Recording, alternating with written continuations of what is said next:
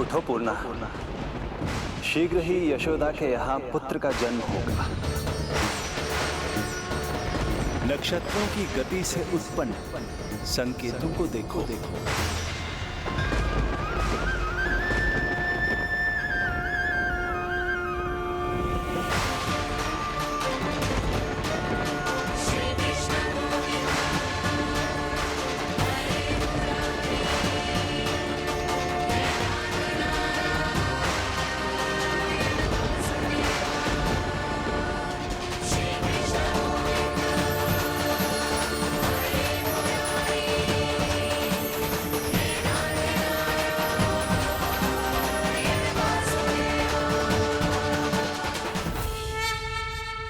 इतने विशेष कार्य के लिए इनका चुनाव। ये देवी कौन है प्रभु? ये मेरे भविष्य में होने वाले गुरु महर्षि संदीपनी की माता हैं देवी। अपने ज्ञान के कारण गोकुल वासियों की श्रद्धेय हैं। यदि मेरे आगमन की सूचना मैया यशोदा को ये देंगी तो ही मैया विश्वास करेंगी।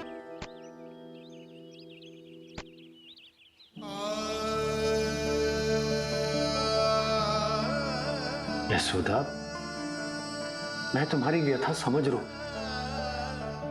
पर खाना छोड़ना अच्छी बात ना है। श्री हरि तुम्हारी पुकार अवश्य सुनेंगे, भरोसा रखो। लो, कचो खा लो। भगवान से हट करना सही बात ना है यशोदा।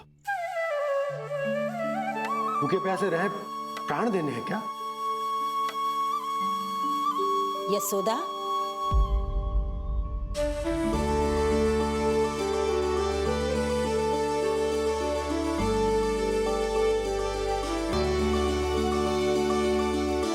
होने वाली मैया को अपने स्वास्थ्य का विशेष ध्यान रखना चाहिए।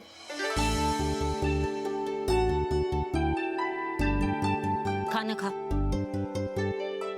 भौचक देखती मती रहे, विश्वास कर। नक्षत्रों की गति देखी है मैंने। पूना मौसी, क्या सच्ची? आप सच्ची कह रही हो ना? भाद्रपद माह की अष्टमी तिथि को रोहिणी नक्षत्र में जब सूर्य सिंह राशि का होगा और चंद्र वृषभ राशि का, तब मध्य रात्रि तेरे लल्ला का जन्म होगा।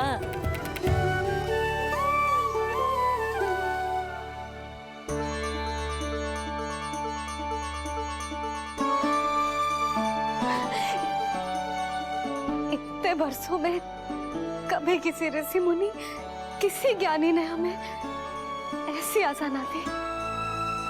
आज पहली बार हमें इतना स्पष्ट आश्वासन मिलो है।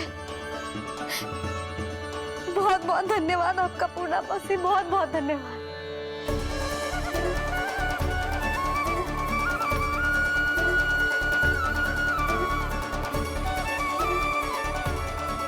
ना, मौसी को धन्यवाद ना देते लाली, मौसी से आशीर्वाद लेते हैं। ला, लड्डू ला।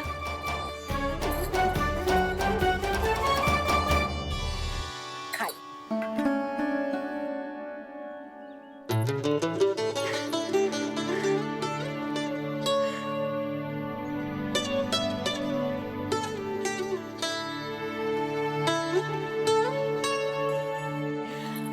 बस अब तुझे केवल उस क्षण की प्रतीक्षा करनी है। मैं मैया बनने वाली हूँ। सुना आपने? मैं मैया बनने वाली हूँ, आप बाबा बनने वाले हैं। श्री हरि ने कृपा कर दी हम पर। तुम्हारे प्रश्नों के उत्तर दे दिए नारायण ने। चलो अब शीघ्रता से भोजन कर लो। मैं जा रही हूँ रोहिणी जीजी को बताने। अरे पर भोजन पूर्णा मौसी जो कह देती है वो हो के रहता है।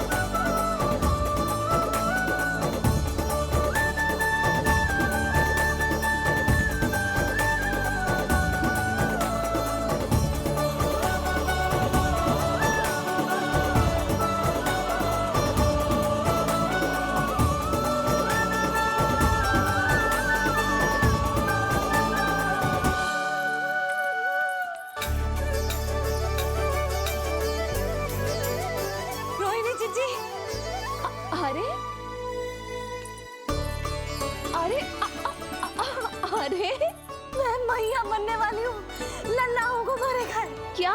पूरी मौसी ने बताई। सच? अब अपने अंश का निर्माण करने का समय आ गया है।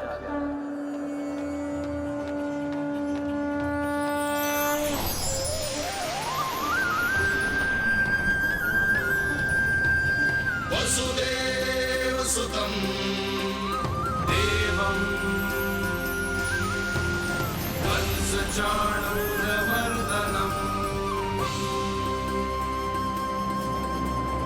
यशोदपरमानन्दम्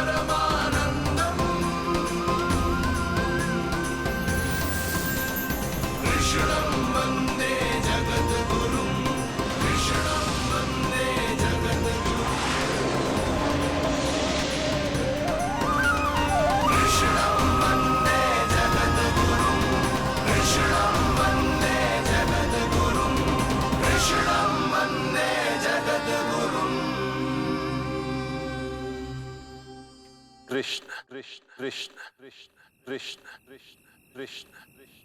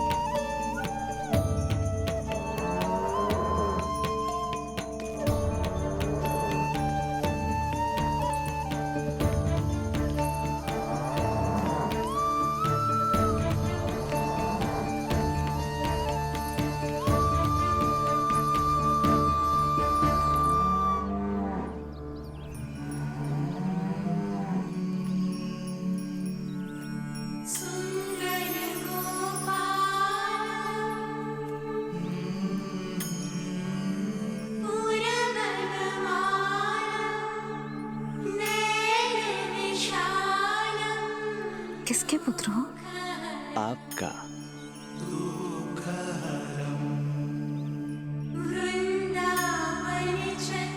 आपकी गोद में शीघ्र ही खेलने के लिए मैं आतुर हूं मैया। कछु विचित्र लग रहा है। कौन हो तुम? मैं हूं श्री विष्णु का अवतार।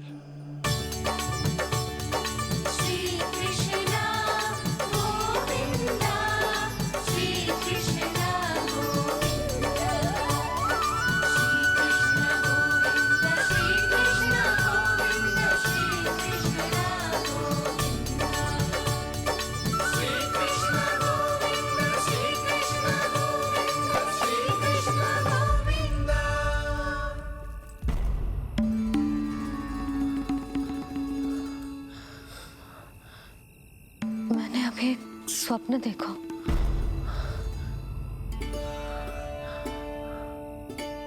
क्या वो स्वप्न वन में था?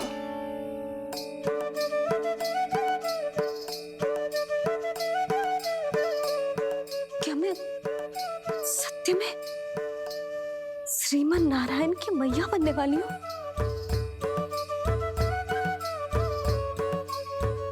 यशोदा ने स्वप्न में जो देखा था, सांसारिक माया के कारण वो उस पर विश्वास करने में असमर्थ थी। मुझे भरोसा ना हो रहा है। ये तो संभव ही ना है। मैं श्रीमन नारायण की मैया कैसे बन सकती हूँ?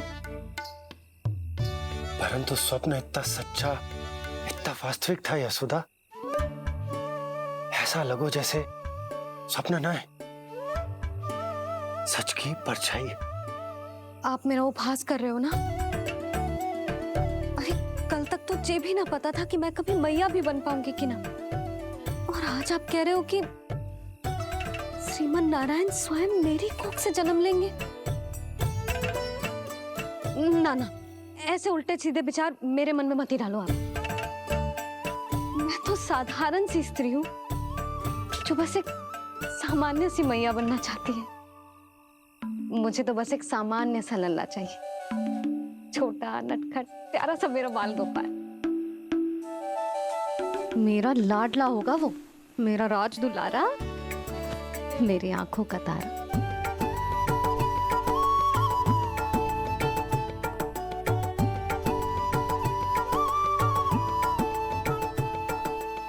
मैया यशोदा और बाबा नंद का वात्सल्य प्रेम इतना अधिक था कि उनका मन इस अद्भुत घटना पर विश्वास करने को तैयार ही नहीं था।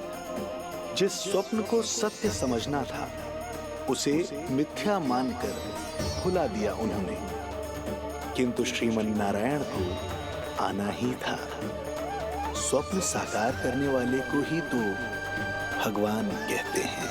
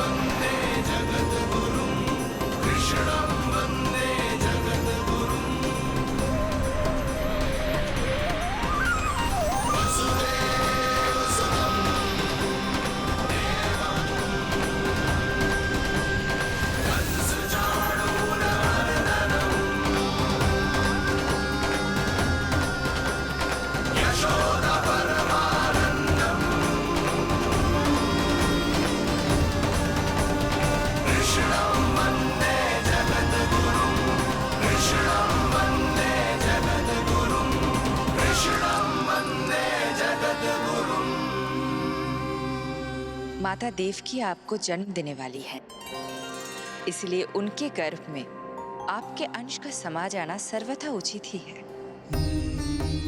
किंतु मैया यशोदा के हृदय में आपने अपने अंश का एक भाग स्थापित किया है।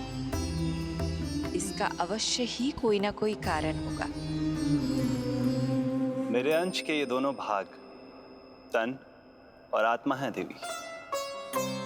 माता देवकी मेरे तन को जन्म देंगी, किंतु मेरी आत्मा का जन्म मैया यशोदा के हृदय से होगा।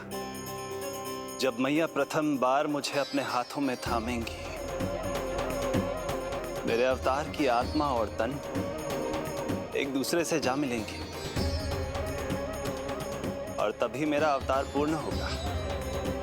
मैं और यशोमती मैया एक दूसरे के साथ हृदय से जुड़ेंगे। इसीलिए समस्त संसार में हम दोनों की जोड़ी एक माता पुत्र की अद्भुत जोड़ी के रूप में जानी जाएगी।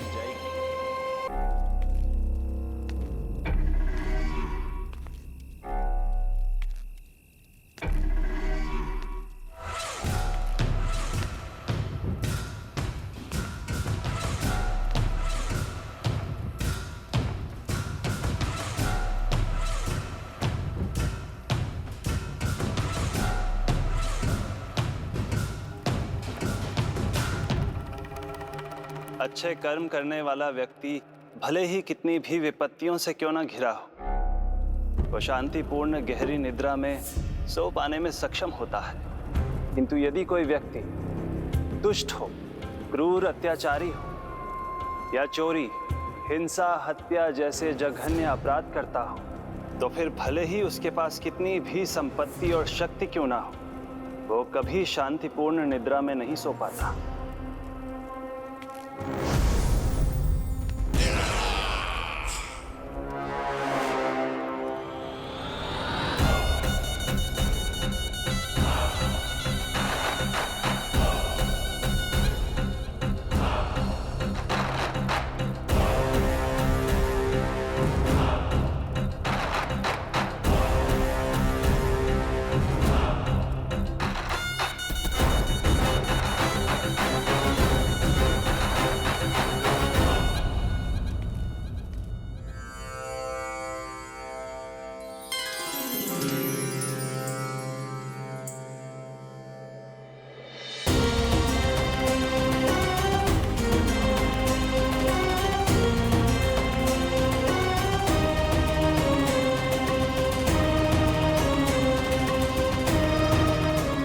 अब आप अपने अंश का निर्माण कीजिए देवी, ताकि जब मैं माता देवकी के 8वें पुत्र के रूप में अवतार लूं, तो आप भी मैया यशोदा की पुत्री के रूप में जन्म ले पाए।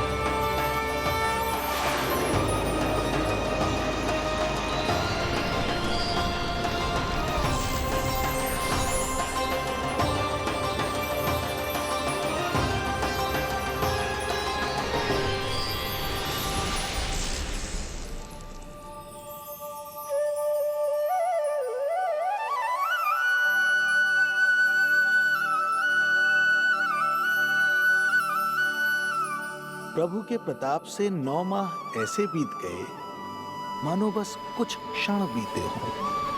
देखते ही देखते वो शुभ घड़ी, मैया यशोदा के लल्ला के जन्म की घड़ी आ गई।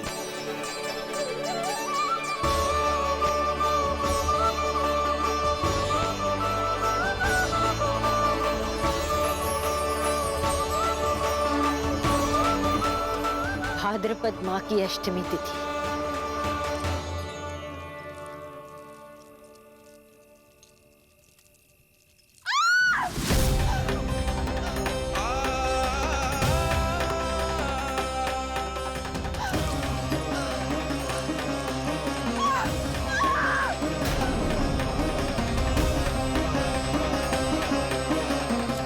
स्वामी, लगता है प्रसव पीड़ा आरंभ हो गई है।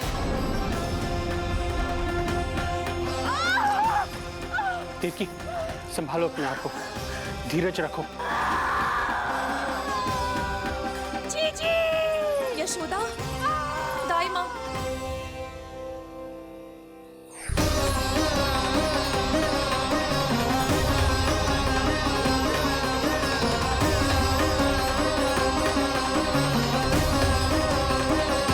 रोहिणी नक्षत्र, रोहिणी नक्षत्र।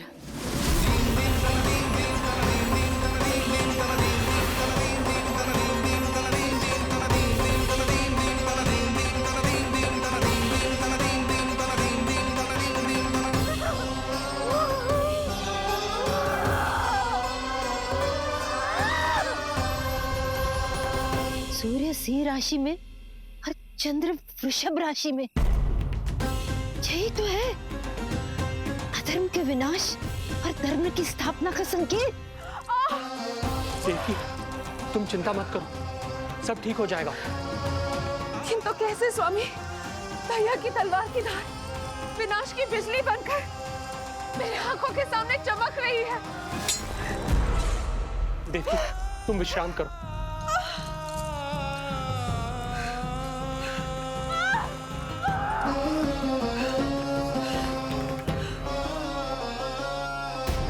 दुर्जन, जाओ फिर से देखो, मुझे पल पल का समाचार चाहिए।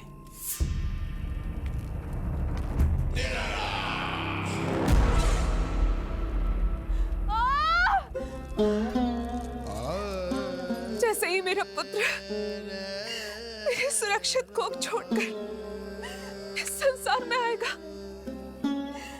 भैया कंस मेरी ममता को मिले इस वरदान को मुझसे छीन लेंगे। चिंता मत करो देवकी, ये हमारा 8वां पुत्र है। यदि हमारे जीवन में कंस के दिए दुखों की धूप है, तो श्री हरि की भक्ति की छाया भी है। आकाशवाणी का स्मरण करो।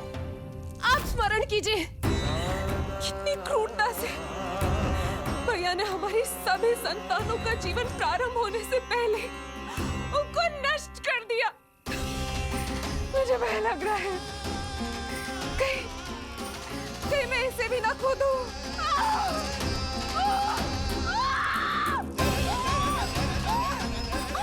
अब और प्रतीक्षा ना हो पाएगी मुझसे। अब और प्रतीक से ना हो पाएगी।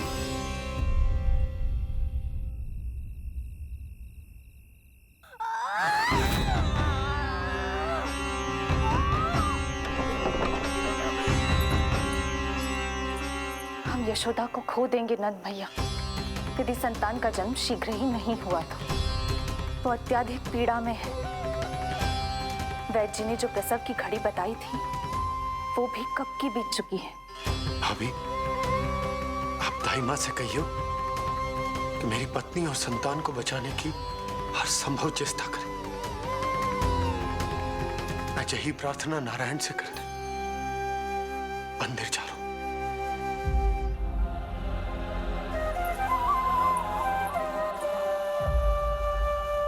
प्रभु, मैया योग माया को जन्म क्यों नहीं दे रही है? मेरा ही तो शक्ति तत्व है योग माया। वो तभी जन्म ले सकती है जब मेरे 8वें अवतार श्री कृष्ण का जन्म होगा। तो प्रभु, अब आपको किस बात की प्रतीक्षा है? जब निश्चित प्रहर का अंत होगा और शून्य काल का प्रारंभ, तभी तो होगो जयंती योग, लल्ला के जन्म का योग। बस अब कुछ ही क्षण और।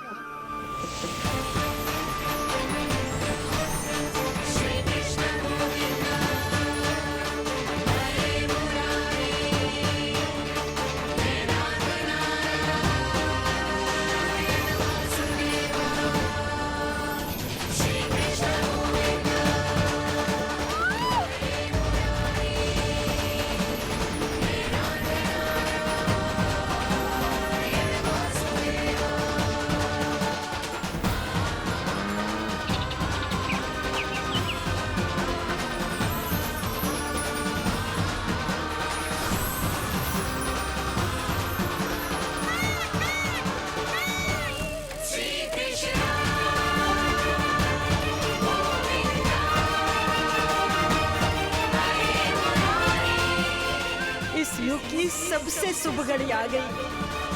प्रारंभ हो गया दिव्य शून्य काल।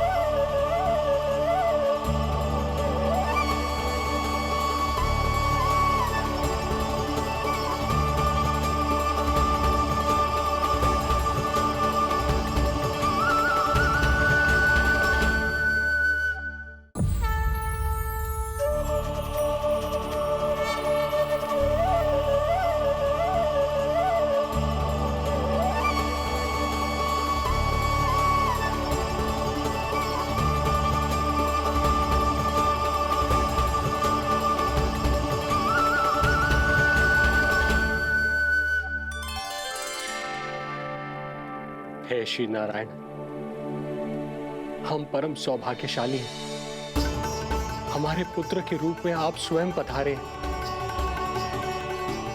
यदि मैं कारागार से बाहर होता तो ब्राह्मणों को 10 सहस्त्र गायों का दान करता, किंतु प्रभु मैं बंधन में हूं। प्रभु, कंस को जैसे ही आपके आगमन का समाचार ज्ञात होगा, आपके प्राण हरने वो तुरंत अपनी नग्न तलवार लहराते हुए चला आएगा। हे दीनदयाल, आप तो भक्तों के भय का नाश करने वाले हैं, परंतु प्रत्येक क्षण मेरा भय और भी बढ़ता जा रहा है। मेरे क्रूर भाई ने निरंतर मेरी ममता की हत्या की है। तो अब और नहीं प्रभु, आप कोई ऐसी लीला दिखाई ताकि उस पापी को आपके जन्म के विषय में पता ही ना चल पाए। आपके इस अलौकिक चतुर्भुज रूप का समाचार उनके क्रोध की ज्वाला को और भड़का देगा और वो आपका वध करने के लिए सेना सहित यहाँ आ जाएंगे। इसीलिए हे जगदीश, आप सामान्य बालक के रूप में प्रकट हो जाइए ताकि मैं आपको छुपाने की चेष्टा कर सकूं। या मैं कंस को यह विश्वास दिलाने का प्रयास कर सकूं कि उन्हें आपसे कोई संकट नहीं। दया कीजिए भगवान।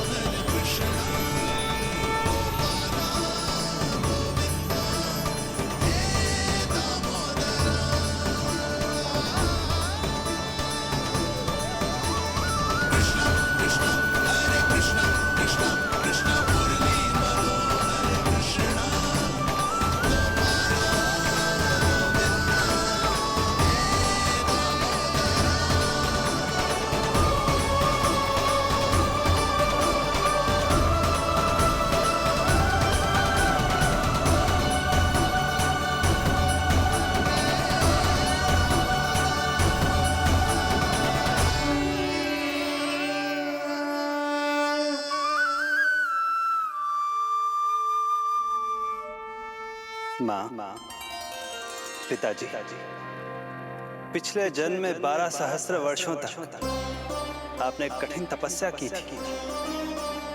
मूसलाधार वर्षा, घनघोर आंधी, चिलचिलाती हुई धूप और अस्थियां जमा देने वाली ठंड, सभी कष्ट सहे थे आपने, केवल इसलिए कि आप मुझे पुत्र रूप में प्राप्त कर सके। और आज जब मैं आपके सामने हूं, तो आप कंस के भय से व्याकुल हैं और पुत्र के रूप में एक सामान्य बालक चाहते हैं। मेरे माता पिता होने के नाते आपकी इच्छा का पालन करना मेरा कर्तव्य है। मैं एक सामान्य बालक का रूप धारण करूंगा। आपको मेरे लिए चिंतित होने की और कंस से भयभीत होने की आवश्यकता नहीं है। मेरा जन्म पृथ्वी पर धर्म को पुनः स्थापित करने के लिए ही हुआ है, किंतु अभी समय कम है। यशोदा रानी की चेतना जा रही है, ये इनके प्राणों के लिए शुभ संकेत नहीं है। यशोदा, आंखें खुली रखो। यशोदा, यशोदा आंखें खुली रखो।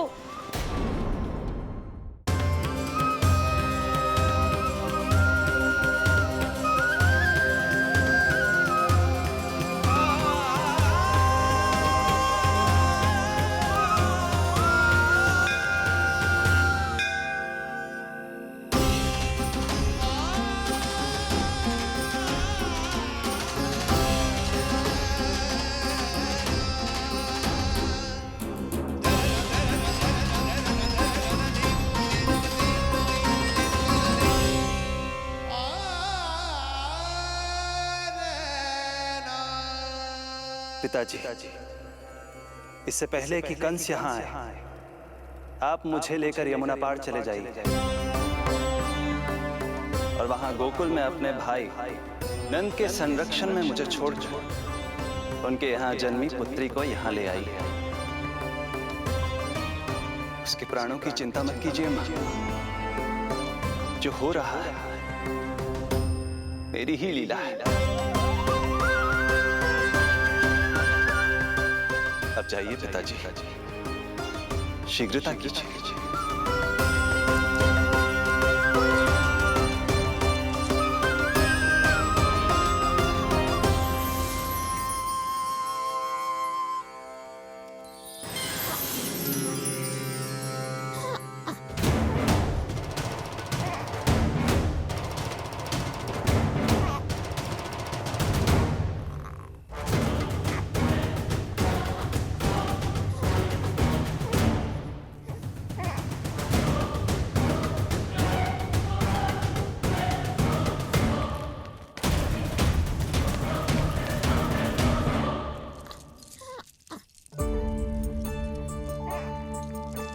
प्रभु, प्रभु क्या करना है ये तो आपने बता दिया, किंतु कैसे करना है ये नहीं बताया।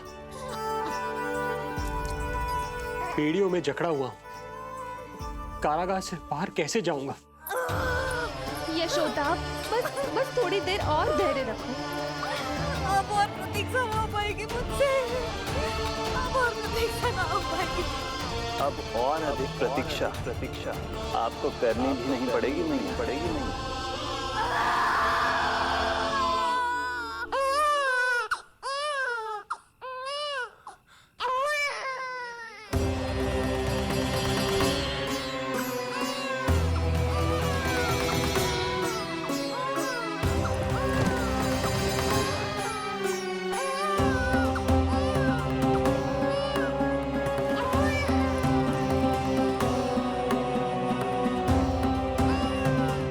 योगमाया को जन्म देते ही मैया यशोदा अचेत हो गई, किंतु अपनी सुध-बुध खोने वाली वो अकेली नहीं थी। इससे पहले कि कोई नन्ही योगमाया को दृष्टि भर कर देख पाता, संपूर्ण गोकुल उनकी किलकारियों के प्रभाव से गहरी निद्रा में सो गया। योग माया को जन्म दे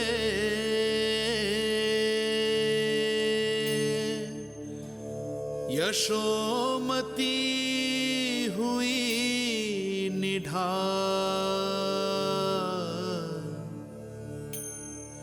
कोख जनी ना लख सकी, समय की ऐसी चाल, समय की ऐसी चाल।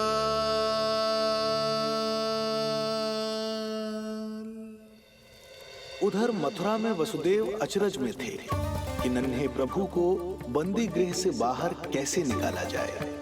अब केवल श्री विष्णु की माया ही इनकी सहायता कर सकती थी। प्रभु की आज्ञा का पालन कैसे संभव होगा? संपूर्ण कारागार पहरेदारों से भरा पड़ा है।